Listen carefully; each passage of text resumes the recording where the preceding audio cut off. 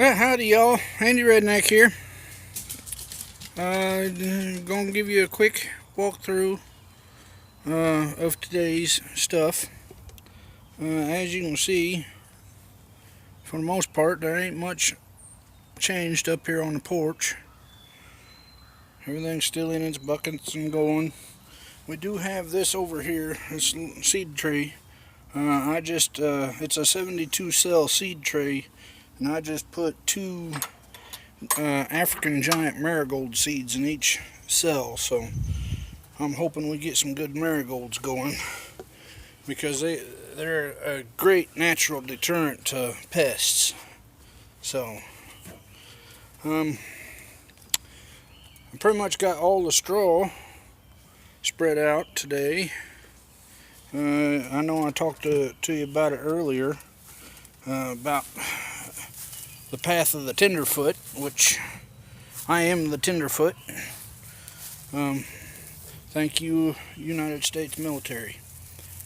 20 years of wearing combat boots made my feet soft, so I can't walk on all these rocks like I could when I was a kid. But let's start over here at the taters. This is the first tower that we planted 4 in. As you can see, it's leafing out. The one that got really hit by the cold weather is leafing out pretty good again, so we ain't too worried about that. The 5 banger we planted, well, looks like we may only get 3 up out of it. The other 2 never did break the surface, so but that's okay. We got straw. As you can see, I put straw all the way around just about every bed I made, and I covered over some spots between beds that was pretty much just all rock. Down here, you can see them quite nicely. The carrots is up. Some of them are getting their true leaves on them now, so that's good. A little further back, we got the quinoa. You might have heard one of the dogs whining. He's afraid of the thunder that's happening, because I'm waiting on a thunderstorm to roll through, but I don't know if it's going to hit me or not. So there's my chicken. He's afraid of thunders. Ain't you, Bubba? Yeah. Anyway, as you can see, the bigger ones there are the Brussels sprouts, and the smaller ones are the 1,000 head kale from Baker Creek. These carrots are Black Nebula from Baker Creek heirloom. In there, the cherry vanilla quinoa from Baker Creek heirloom. Then we got the Tokanashi turnips, again from Baker Creek heirloom. Down here we got the gold giant amaranth from where else? Baker Creek heirloom. I get a lot of my stuff from Baker Creek because they're only a couple 100 miles from here, so their seeds are not quite perfectly adapted to my area, but they are adapted to the closer to my area than some other seeds may be. Here's our pumpkin pit. Then we got the 2 newer potato towers. We're waiting for them to break surface and grow a little bit, and then we'll cover them with more soil. We got the new addition ready to go down here. This is the sweet potato tower, and what you see in there is, again, from Baker Creek. Those are purple Molokai sweet potatoes. They set me back a pretty penny for the 3 starts I got. I paid like 15 bucks, but This is a starter year for them. So over here in the G1 garden, we've got the cabbage is up, the onions is up, the tomatoes is doing good, the spinach is up, and looking nice. The celery in here it's itty bitty things. I don't know if you can see them or not, but celery's up. We lost 2 of the pepper plants, but that's alright because we had 11 of them out here, and I don't think I can eat that many peppers. Moving on over, we got the Chinese spinach amaranth. It's up. I don't know if you can see it there or not. The other set of celery is not up yet, but the Golden Detroit beets are up and doing wonderful, as are the red Cylindra beets. They're up and doing wonderful.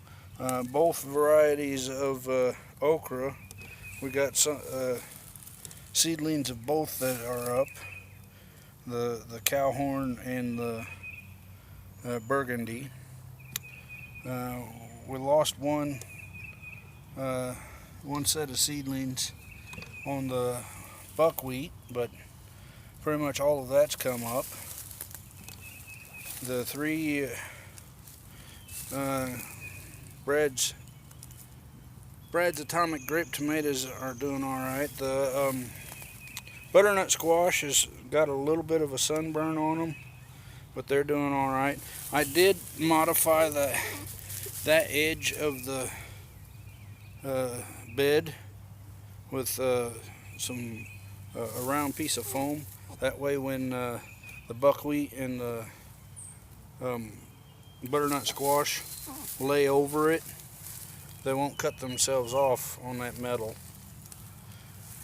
I'll do that for some other plants as well.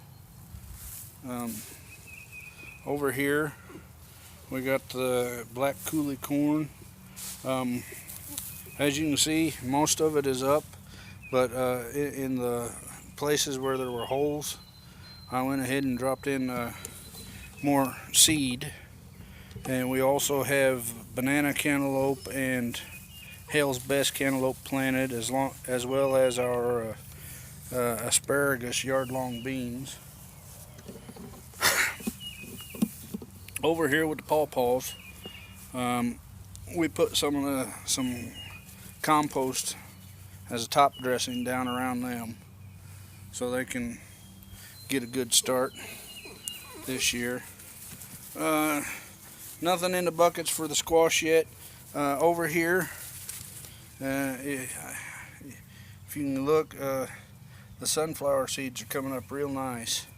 So I went ahead and put in some Sugar Baby watermelon and the Purple Hull cow peas into these. Coming up near the porch, all 3 of the kiwis got a top dressing of mulch and manure, or not mulch, but what is it? Compost and manure, to give them a nice rush. And once again, we come in here and we look. We look at the, if we can find them. Oh, there they are. The oh so pretty apple blossoms. They should open in the next day or 2, at least some of them. We'll get you up, have a look at these there. Ain't they just gorgeous? And the tree is actually pretty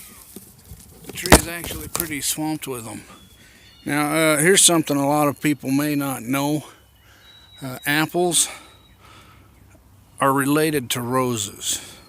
So wild rose blooms and apple blooms will look similar. So anyway, that's about all. As you can see, I've been doing some cleaning up around the place too, making it look spiffy. Now this straw is going to serve a double purpose. It's there to keep my feet from getting hurt, but as it breaks down, it should produce a nice soil